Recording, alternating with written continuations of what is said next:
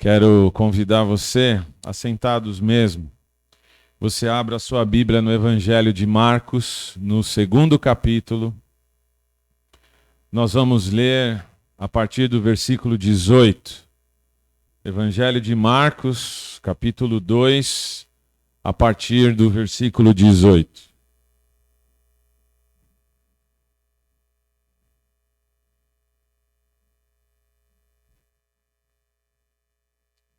Diz assim a palavra do Senhor. Ora, os discípulos de João e os fariseus estavam jejuando.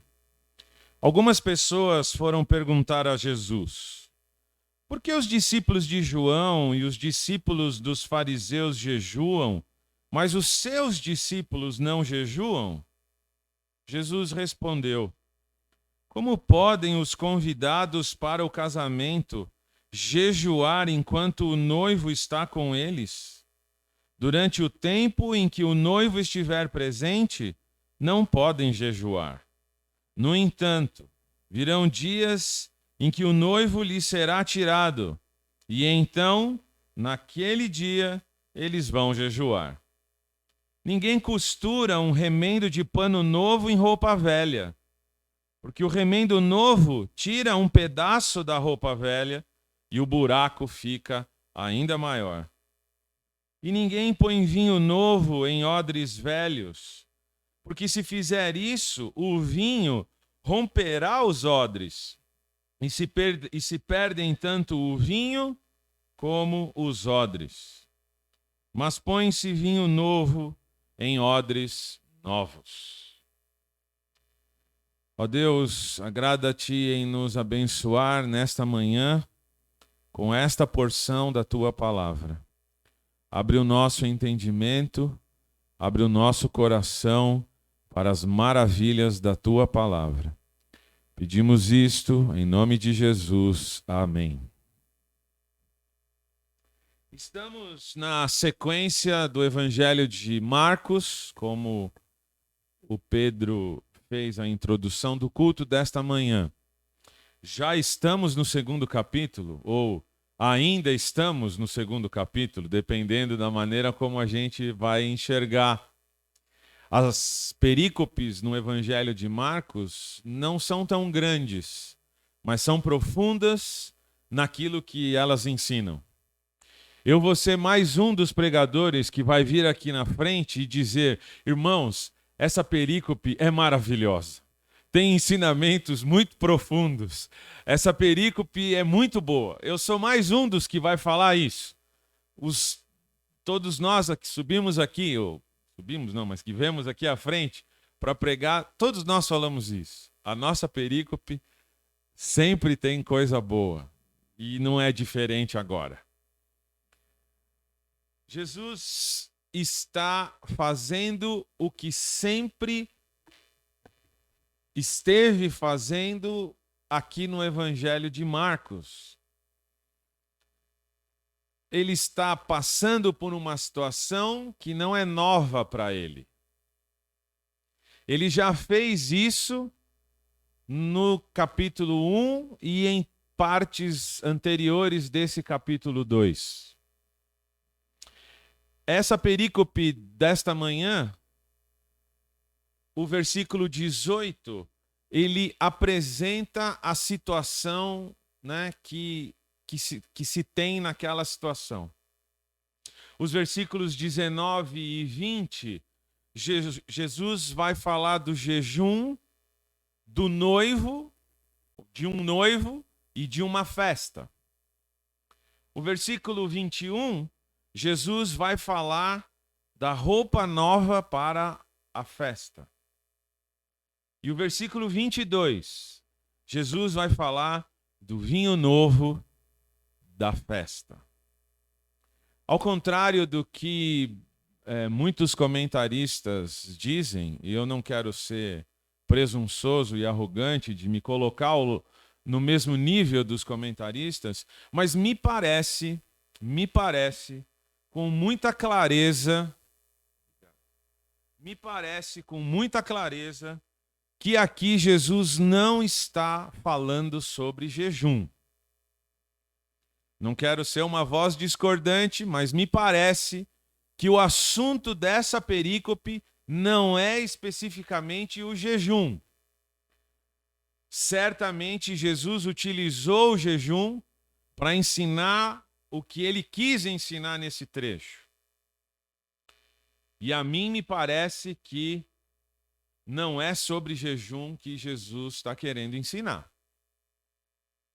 Quais são as personagens dessa perícope? Os discípulos de João, os discípulos dos fariseus, embora haja aí uma discussão entre os comentaristas se fariseu tinha discípulo ou não, as pessoas que perguntam para Jesus, os discípulos de Jesus e o próprio Jesus. São essas as personagens dessa história. Em que ambiente essa história acontece? Parece que eles ainda estão na casa de Mateus. Lembra, na semana passada, Jesus chama Mateus e vai comer com publicanos e pecadores, como assim são chamados, por aqueles fariseus que vão questionar Jesus. E ao que tudo indica, como diz um amigo meu, ato contínuo, me parece que eles ainda estão na casa de Mateus. Muito provavelmente, como coletor de impostos e cheio de dinheiro, a casa de Mateus era grande, comportava muita gente. Então, nos parece que ainda eles estão ali. E qual é o enredo da história? Os discípulos de João e os fariseus estão jejuando, não estão comendo. Esse João é o João Batista. Mas os discípulos de Jesus não estão jejuando. Eles estão comendo junto com Jesus.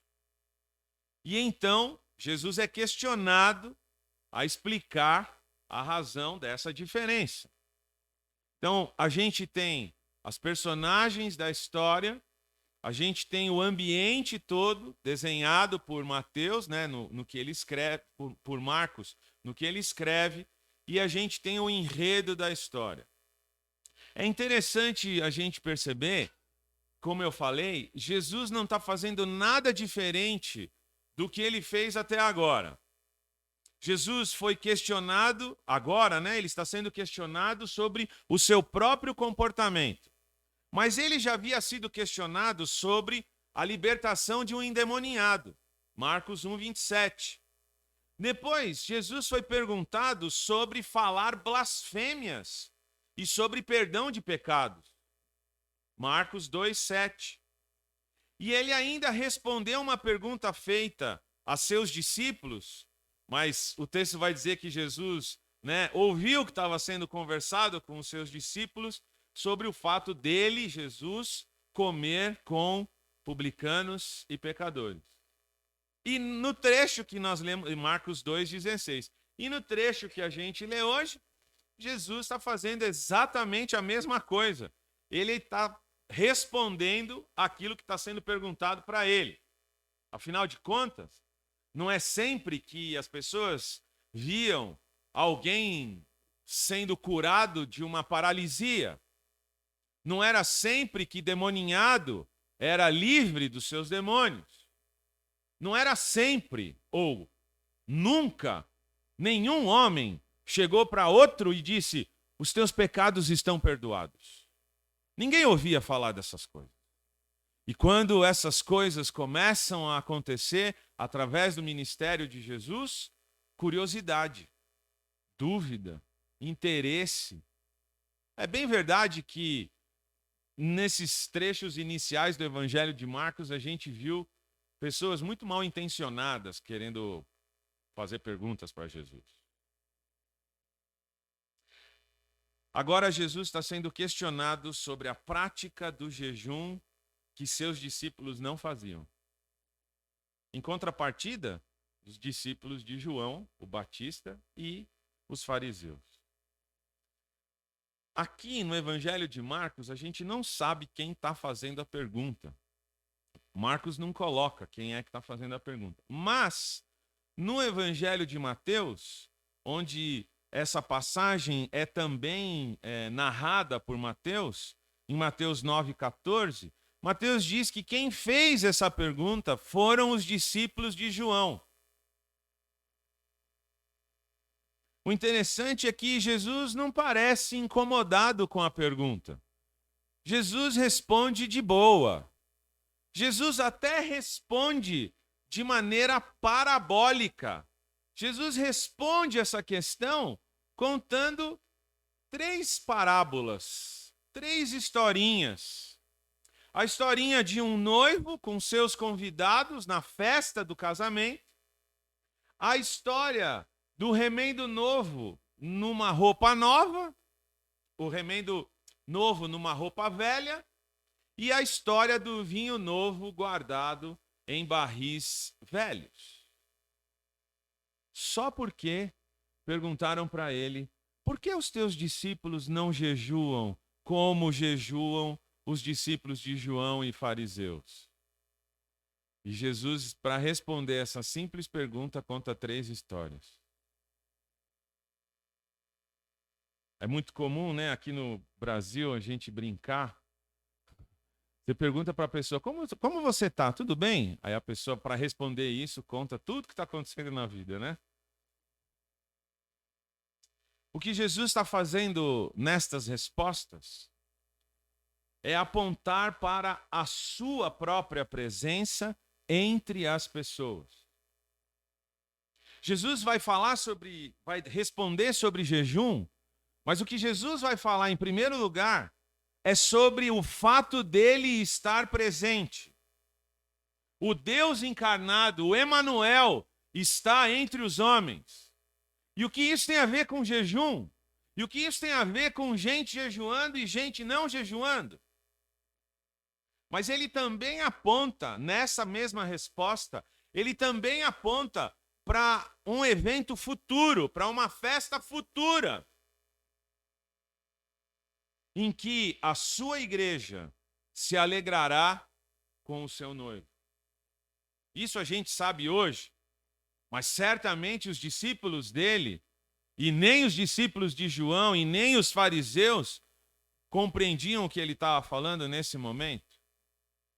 Mas ele não estava ensinando, ele não estava respondendo só aos questionadores. Ele estava ensinando para o seu grupo mais próximo, os seus discípulos. Perceba que na resposta de Jesus, existem todos os elementos de uma festa. Por isso que Jesus não está falando sobre jejum ali. Jesus está falando sobre uma festa. E quais são os elementos de uma festa, como essa que Jesus está descrevendo? Primeiro, tem o noivo e tem os seus convidados.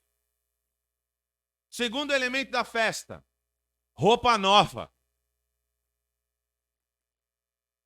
Terceiro elemento da festa, vinho. Portanto, não é sobre jejum que Jesus está falando. Jesus está falando de algo muito maior do que o jejum. Se não, vejamos, o noivo e os seus convidados. Um noivo não existe sem uma noiva. E um casamento, uma festa de casamento, não existe sem os noivos e os convidados. Podem ser poucos convidados. Imagine uma festa de casamento com 10 pessoas. Talvez esses noivos tenham poucos amigos. Talvez sejam pessoas muito chatas que não tenham amigos. Mas imagine uma festa com pouca gente. É uma festa. Agora imagine um casamento cheio de gente. Imagina um monte de amigos e parentes. O noivo, a noiva e os convidados.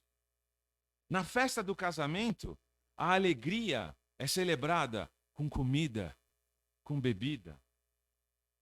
A festa de casamento pode ter café e chá para celebrar a alegria do casamento. A festa do casamento pode ter água, suco e refrigerante. A festa do casamento pode ter um pouco de vinho, um pouco de champanhe, e tá bom por aí. Mas há celebração no casamento. Jesus está respondendo e apontando para um encontro final entre ele e sua noiva. E nessa festa não haverá nenhum tipo de jejum, o encontro eterno, pois a alegria será eterna. Vamos para o segundo elemento. A roupa nova. Para uma festa de casamento, os noivos e os convidados procuram as melhores roupas para ir nessa festa. Se não tem a melhor roupa no armário, as pessoas compram roupas novas. E se não tem dinheiro para comprar roupa nova, a pessoa aluga uma roupa. Mas é uma roupa que dificilmente foi usada anteriormente. É uma roupa especial. É um momento especial. E esse momento especial é marcado pela vestimenta que as pessoas têm nessa festa. Jesus está deixando claro que a sua presença não é marcada por um jeito velho e obsoleto de viver. Ele faz novas todas as coisas. E as coisas velhas já passaram. 2 Coríntios 5,17. Pois se alguém está em Cristo, nova criatura é. As coisas velhas já passaram, e eis que tudo se fez novo. Terceiro elemento da festa, o vinho. O primeiro milagre de Jesus foi numa festa de casamento, transformando água em vinho. E o vinho que Jesus transformou era tão bom que quando esse vinho foi levado para o enólogo da festa, digamos assim, ele se surpreendeu com essa qualidade. Nesse evento do casamento em Caná, Jesus está chamando a atenção para a novidade de vida dentro de um ser humano que também é novo. O vinho está representando a celebração da alegria nessa festa de casamento que Jesus está usando como parábola para responder aos seus inquisidores. Então, tem um noivo que está presente com os seus convidados. Tem roupa nova que não pode coexistir com roupa velha. Tem vinho novo que não pode coexistir com vaso velho. Jesus não está falando de jejum. Jesus está apontando para a relação dele com a sua igreja. Jesus está apontando para a relação dele como noivo e a sua igreja como noiva. Jesus está querendo muito mais com essa simples resposta. A gente vai pensar agora um pouco nesses três elementos: o noivo e os convidados, o remendo novo em roupa velha, o vinho novo em odre velho. A gente vai pensar um pouco sobre o significado dessas figuras que Jesus utilizou. Enquanto o noivo está presente, os convidados não são capazes de jejuar. Essa é a palavra que Marcos utilizou. Eles não são capazes de jejuar. Eles não são habilitados a jejuar. A palavra quase significa eles não são autorizados a jejuar. Imagina você tenha sido convidado para uma festa de casamento, chega lá na festa de casamento, a comida sendo servida, a bebida sendo servida, e você, não, muito obrigado. Não, muito obrigado. Não, eu não quero beber nada, muito obrigado. Não precisa colocar nada no prato, então não precisa, obrigado. O que você está fazendo lá? Você foi lá para ser educado e agradecer a comida que você não quer comer, a bebida que você não quer beber, a festa que você não quer celebrar? Há 2 semanas atrás, eu estava numa festa de casamento, aguardada há muitos anos, planejada há muito tempo. E alguém de manhã virou para mim e falou assim: que dia é hoje? Ah, é o dia do casamento do meu filho. A gente fica tão enebriado com a alegria que a gente vai desfrutar que a gente até esquece do que está acontecendo. Mas uma festa de casamento é um evento aguardado demais. Existe planejamento, existe sonho, existe empenho pessoal dos noivos em colocar aquela festa em andamento.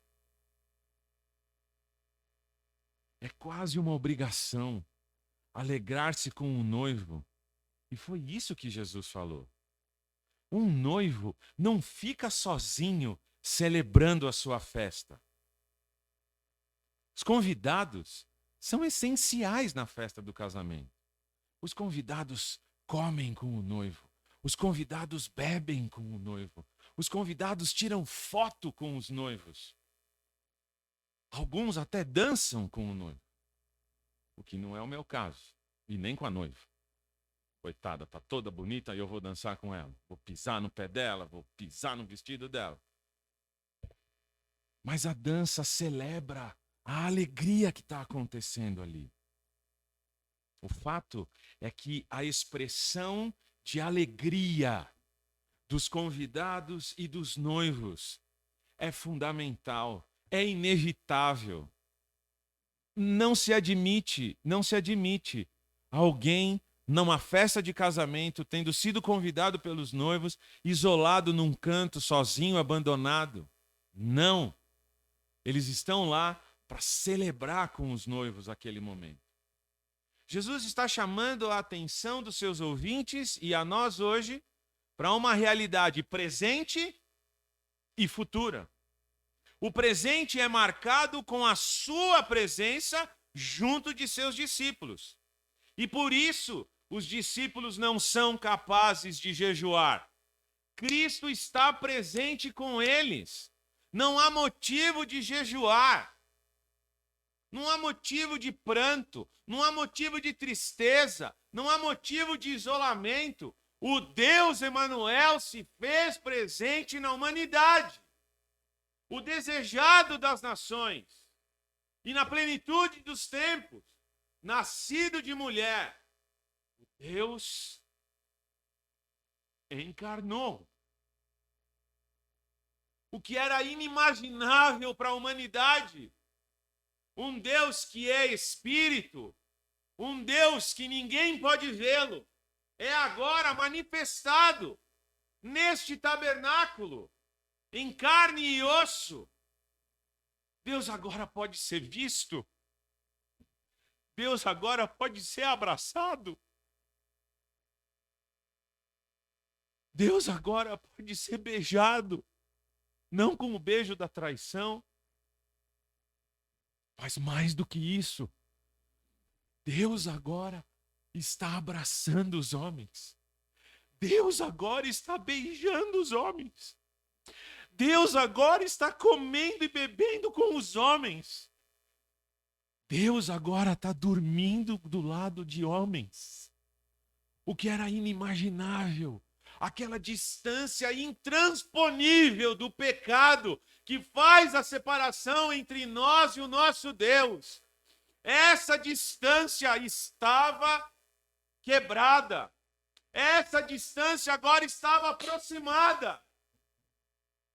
Jesus Cristo, o Deus encarnado, é agora aquele que revela a plenitude do Pai.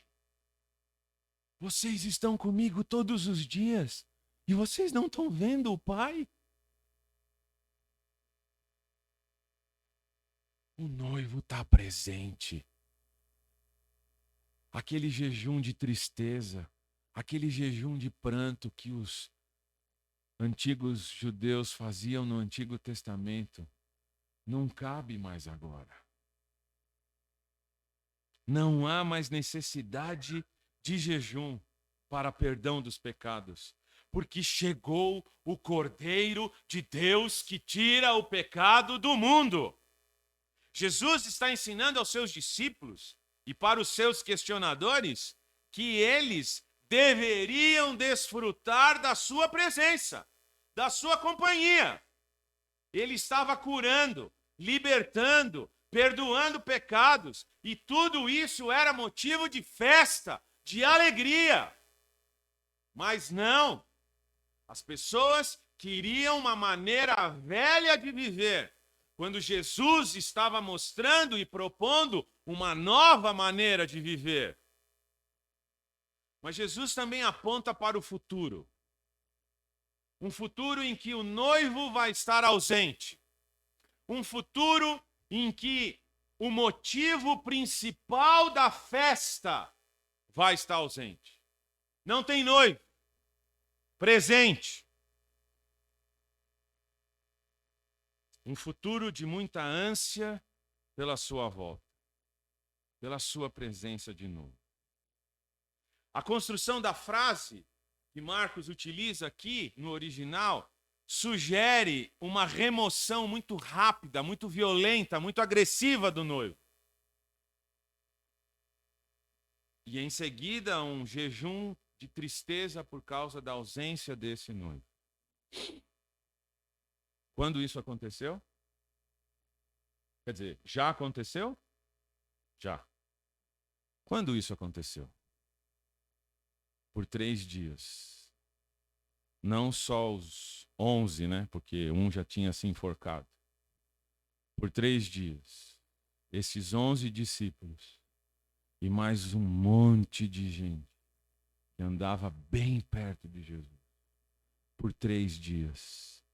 Essas pessoas jejuaram e prantearam a ausência de Cristo, tendo sido morto e sepultado. Aquelas pessoas se viram desesperançosas. O que vai acontecer? Mas 3 dias depois, o noivo volta.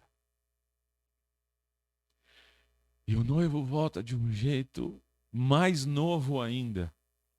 Se já era uma novidade o Deus triuno encarnado em Jesus Cristo, era mais novo ainda.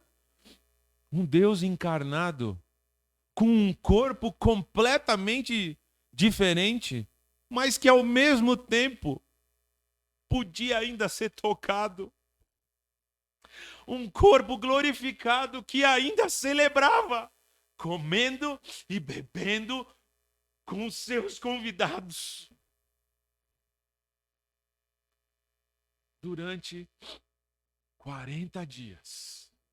40 dias.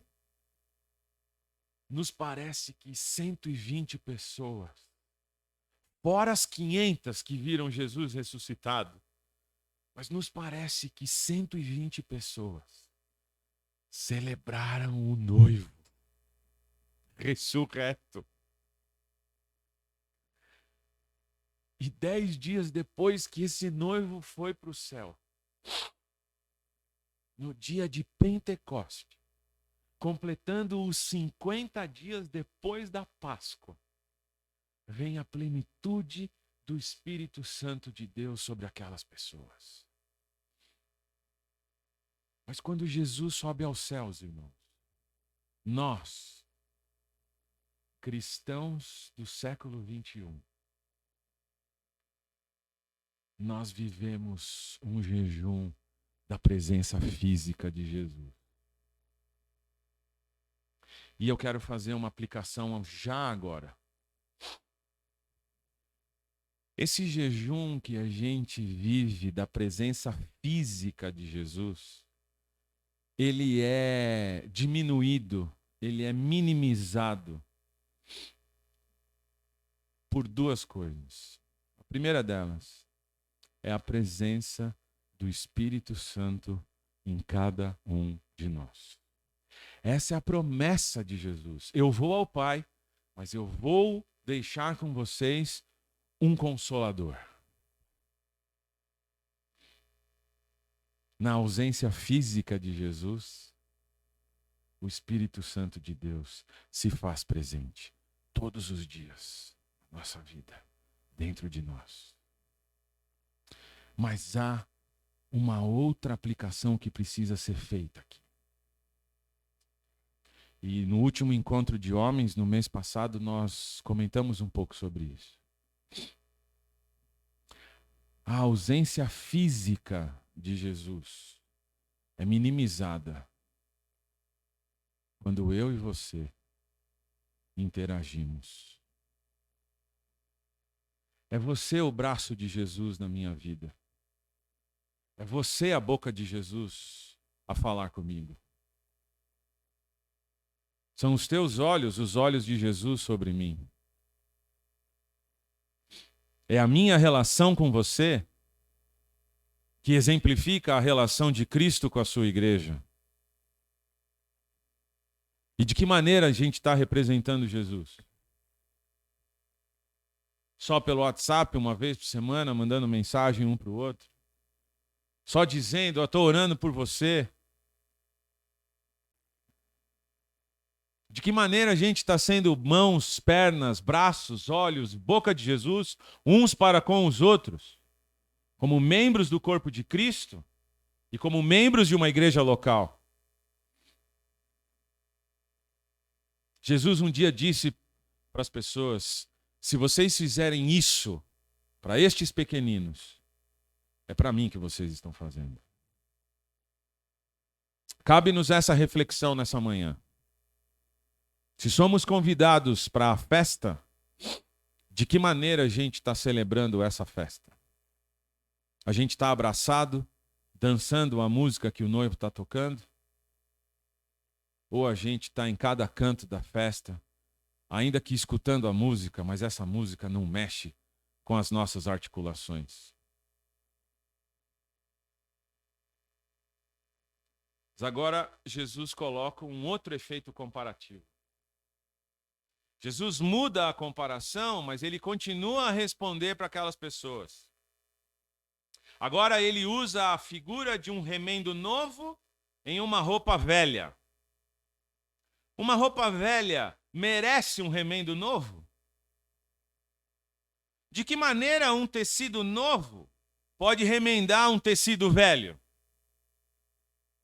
De que maneira o novo pode estar junto com o velho e ambos serem a mesma coisa? De que maneira um tecido novo pode arrumar um tecido velho?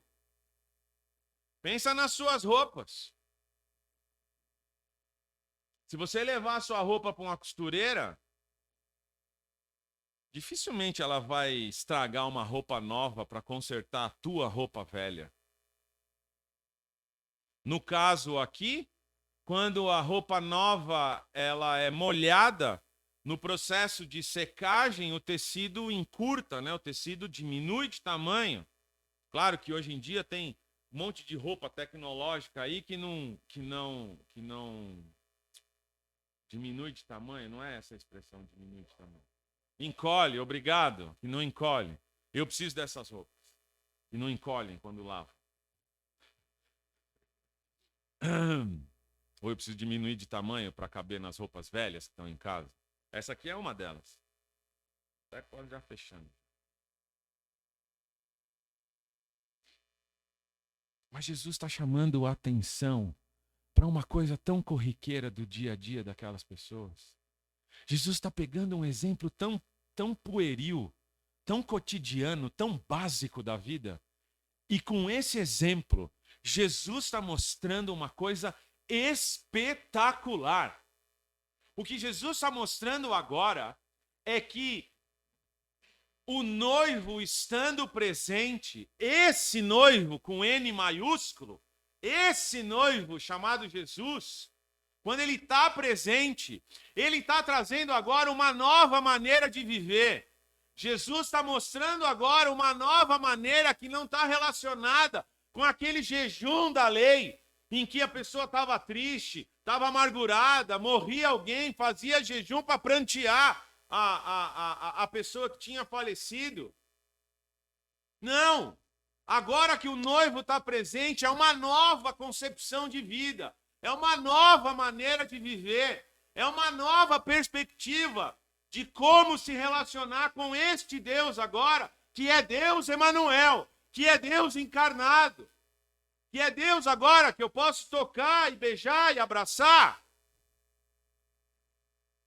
Jesus está falando que aquela maneira de viver que os discípulos de João Batista e os fariseus estão fazendo, aquela maneira de viver está errada, está velha, está obsoleta, não faz mais parte da realidade, porque agora eu sou a nova realidade.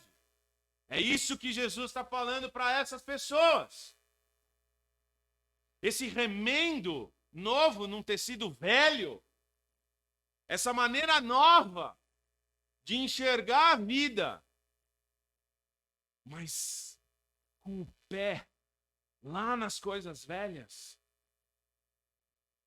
isso não vai remendar o tecido velho. Isso vai estragar ainda mais o tecido velho. Não existe combinação com o que Jesus representa e com o que os discípulos de João e dos fariseus representavam. Não havia a mínima possibilidade desses três discípulos, ou desses três tipos de discípulos, andarem juntos.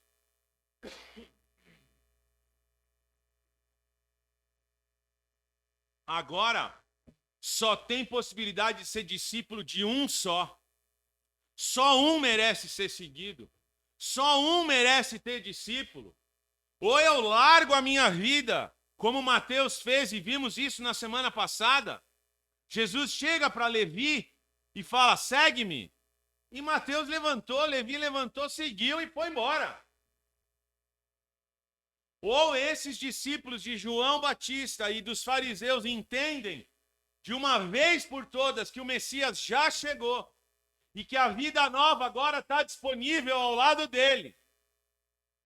Ou esses caras vão continuar com a roupa velha do corpo. E a roupa velha do corpo não serve para a celebração do casamento do noivo com a noiva.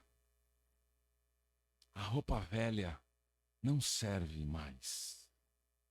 Serve para a sociedade decaída que a gente tem, que a gente vai de calça rasgada na escola e ninguém acha ruim. Só a esposa. Vai com essa calça de novo? Ah, eu sou jovem. Quero me comunicar com os meus alunos. Roupa velha não serve para andar ao lado de Jesus. Mesmo porque Jesus fala que quem anda do lado dele tem que tirar a roupa para dar para quem precisa. E não é só a capa que tira, não. Tira a capa e tira a túnica. O apóstolo Paulo, lá em Efésios 4, e nós vimos isso naquela série de pregações de Efésios, o apóstolo Paulo, em Efésios 4, vai dizer que nós já fomos revestidos do novo homem.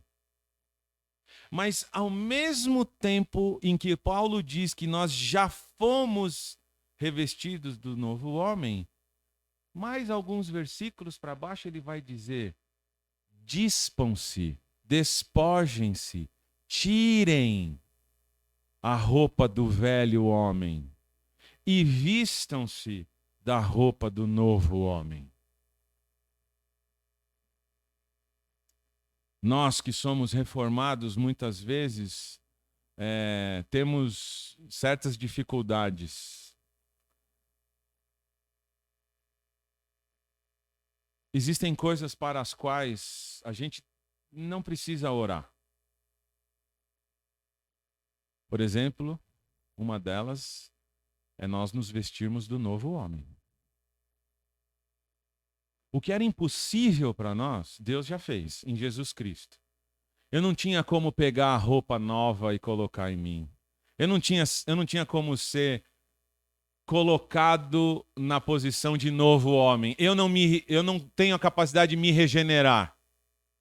Então ele fez isso.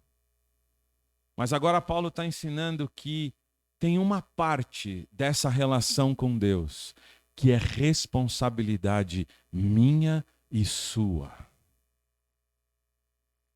É óbvio que tudo que nós recebemos de Deus é pela graça. E se somos o que somos, somos pela graça de Deus. Mas a Bíblia está nos ensinando que há uma parte nisso que é minha e sua responsabilidade. Nós lemos nos evangelhos que os impossíveis para os homens são possíveis para Deus. Portanto, aquilo que eu e você temos de fazer, aquilo que eu e você temos de fazer, e porque a palavra de Deus nos ensina que temos de fazer, Deus não vai fazer por nós. Não adianta você ficar parado orando a sua vida toda e um anjo vai vir e vai colocar a roupa do novo homem em você. Mesmo porque essa roupa do novo homem, lá em Efésios, se manifesta através de uma vida santa, piedosa, justa, uma vida que anda ao lado de Jesus. Não somos robôs, marionetes ou modelos de vitrine de loja e que ficamos parados e a roupa nova é colocada em nós e a gente fica ali na vitrine exposto para quem quer ver. Não, não, não, não, não. Essa roupa nova nos foi conquistada por Cristo Jesus. É nos dada por Cristo Jesus. Mas é vivida a cada dia por mim e por você. De acordo com a maneira como nós a vivemos. Na mesma carta de Paulo aos Efésios, Paulo vai dizer o seguinte: rogo-vos, irmãos, que andeis da maneira digna com a qual vocês foram chamados. A roupa nova não sou eu que conquisto, mas a roupa nova sou eu que visto. O Márcio gosta sempre de falar sobre sermos embaixadores do reino de Deus. Cada um de nós aqui que conhece a Jesus Cristo representa esse reino. E cabe-nos a pergunta: como temos representado o reino de Deus?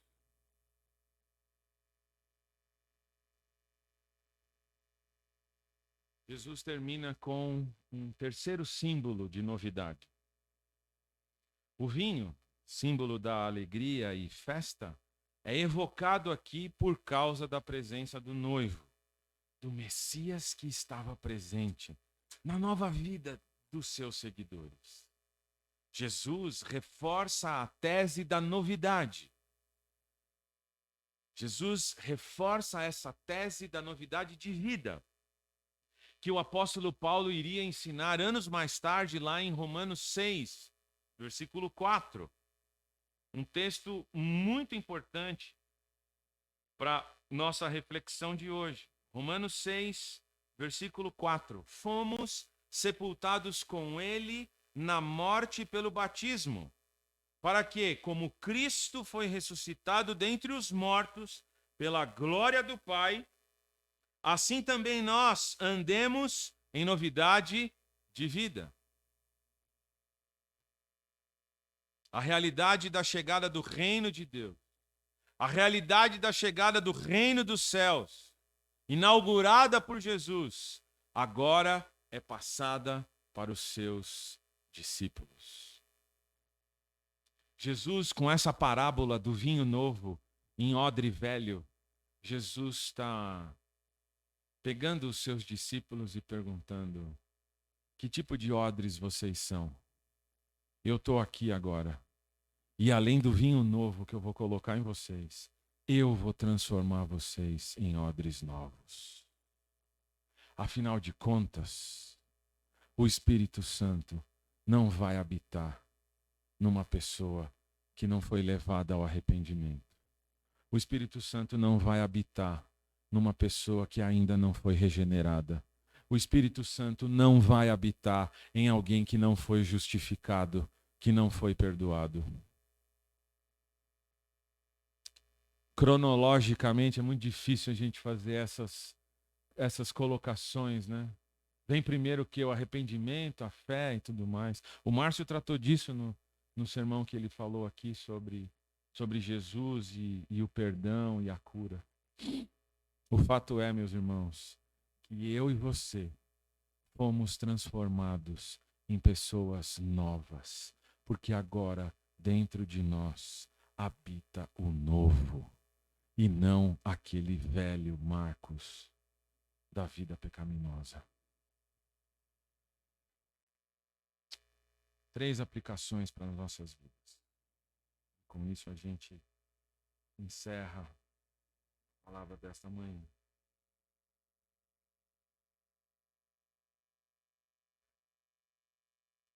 Estamos passando por um momento de jejum do noivo. Os primeiros discípulos passaram por isso entre a morte e a ressurreição de Jesus. Talvez Jesus estivesse falando disso, né, naquela hora. Mas nós, cristãos que vivemos depois da ascensão de Jesus, também vivemos sem a sua presença física. Até quando vamos esperar por ele, irmãos? Até quando se cumprir os tempos estabelecidos pelo Pai. E se vocês prestaram atenção no boletim do culto de hoje, a leitura bíblica fala justamente daquela presença do noivo que vai ser eterna. O texto de Apocalipse 21, dos versículos de 1 a 5, diz: E vi novo céu e nova terra, pois o primeiro céu e a primeira terra passaram e o mar já não existe. Vi também a cidade santa, Nova Jerusalém, que descia do céu da parte de Deus, preparada como uma noiva enfeitada para o seu noivo. Então ouvi uma voz forte que vinha do trono e dizia: Eis o tabernáculo de Deus com os seres humanos. Deus habitará com eles. Eles serão povos de Deus e Deus mesmo estará com eles e será o Deus deles.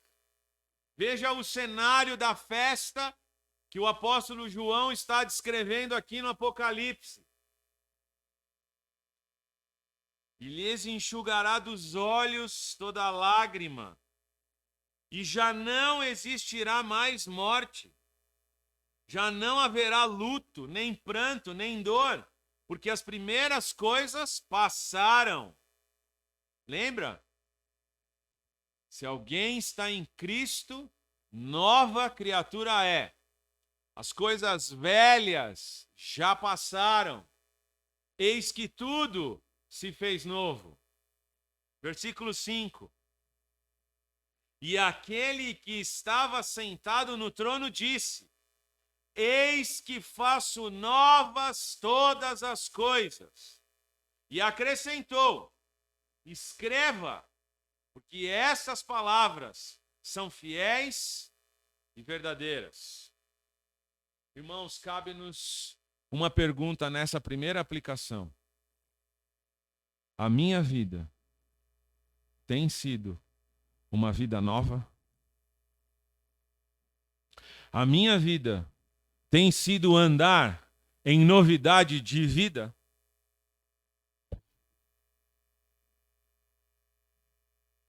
Ele nos alertou, Jesus nos alertou, que seríamos atribulados, mas que tivéssemos bom ânimo, porque eu venci o mundo.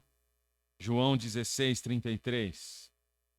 Ele também nos alertou que sofreríamos perseguições, mas nos encorajou a resistir até o fim. E Paulo nos lembra disso. Vivemos momentos de tribulação nas nossas vidas. Paulo escreveu: alegrem-se na esperança. Sejam pacientes na tribulação. Perseverem na oração. Portanto, meus irmãos, essa presença física do noivo, da qual ansiamos, enquanto estamos aqui, estamos sendo atribulados de todos os lados. Mas tende bom ânimo. Jesus disse isso. João 16, 33. No mundo tereis aflições, mas tende bom ânimo. Eu venci o mundo. Não vai ser fácil essa vida aqui longe de Jesus. Mas essa vida pode ter um sentido novo se Jesus Cristo é o Senhor da tua vida. A segunda aplicação que quero fazer, já que Cristo faz novas todas as coisas, algo que é impossível para nós, temos nós que fazer o que nos é requerido. Somos miseráveis, Romanos 7, 24. Mas morremos para a antiga forma de viver pela lei, Romanos 7, 6. Sabemos que devemos fazer o bem, e isso milita com o mal que opera em nós, Romanos 7, 15. Em nós não habita bem algum, mas o querer fazer o bem está em nós, Romanos 7, 18. Sabendo dessa luta que temos diariamente, o que é que estamos fazendo nessa luta? Estamos nos revestindo da armadura de Deus para resistir no dia mau? Estamos nos enchendo do Espírito, em quem não há contenda nem dissolução? Efésios 5, 18. Estamos nos revestindo deste novo homem que se renova a cada dia? Estamos fazendo aquilo para o qual fomos chamados? Estamos andando como novas pessoas todos os dias?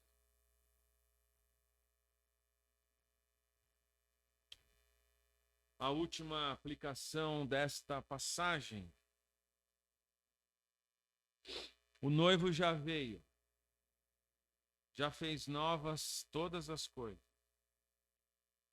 Ele tem nos dado das suas vestes puras e temos sido cheios do Espírito Santo de Deus. Já fomos convidados para a festa. Nosso nome está na lista de convidados. Essa lista de convidados chama-se Livro da Vida. E o seu nome está lá. O que nos falta, então? Será que ainda estamos vivendo uma velha maneira de viver? O que mais podemos desejar, irmãos? Você ora para que Deus te mande algo novo?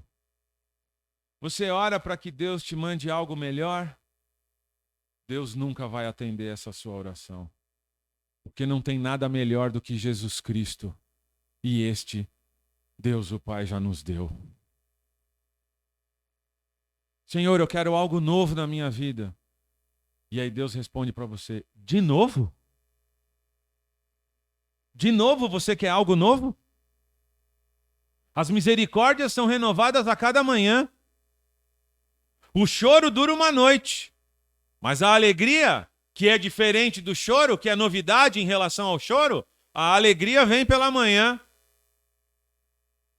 Jesus um dia disse para seus discípulos, vocês já estão limpos pela palavra que vos tenho dito. O que mais a gente está querendo? A gente está querendo um pastor que abrace, beije e ligue para nós todos os dias? Sejamos nós esses pastores. Eu na sua vida e você na minha. Queremos que alguém da nossa igreja nos ligue amanhã e pergunte: Marcão, como é que você está? Tudo bem? Sejamos individualmente essa pessoa que vai ligar amanhã e falar assim: aí, Pedrão, tô contigo, irmão. E aí, vamos torcer junto para aquele time lá?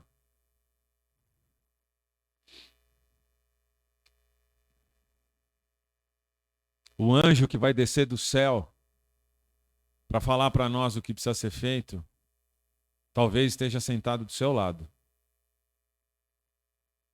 E se eu não fizer a minha parte, minha esposa não vai fazer por mim, meu pastor não vai fazer por mim, ninguém vai fazer por mim. A novidade de vida na nossa vida passa pela vida que a gente decide viver.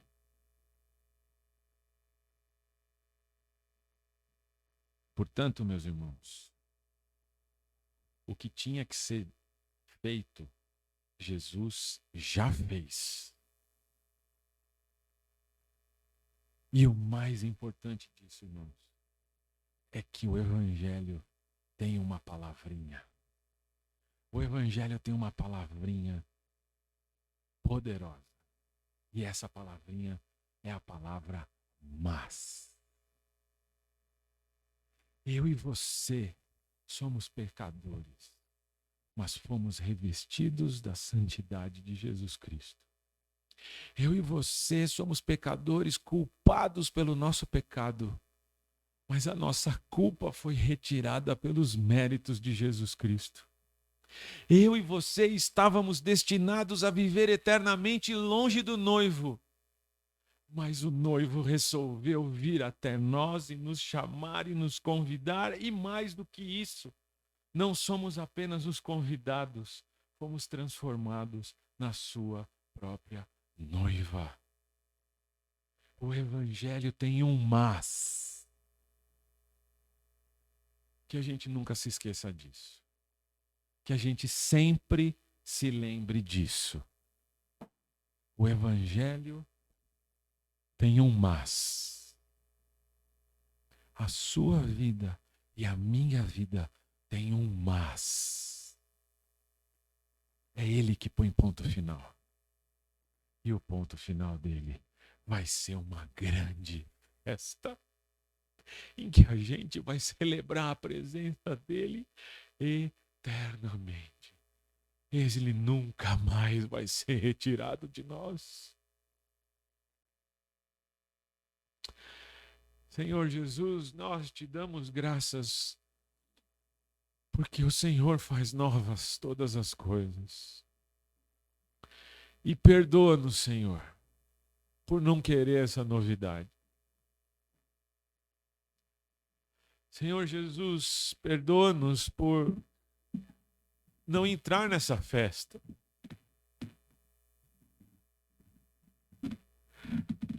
Perdoa-nos, Senhor Jesus, por negarmos o convite que o Senhor fez para nós.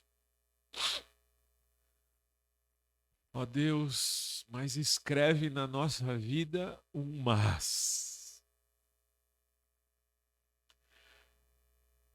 Ó Deus, que a gente escute a tua voz, a voz do teu Espírito, nos chamando para essa novidade de vida todos os dias da nossa vida. Que o nascer do sol todos os dias seja acompanhado, Senhor, do frescor na nossa memória de que as tuas misericórdias também são renovadas e que somos chamados para a festa todos os dias. Ó Deus, abençoa-nos com esta porção da tua palavra que foi repartida nesta manhã. Ó Deus, faz-nos andar em novidade de vida. E aquilo que for nossa responsabilidade, capacita-nos a fazer e que possamos fazer somente para a honra e glória do teu nome. Fica conosco, Senhor, todos os dias da nossa vida. Em nome de Jesus. Amém.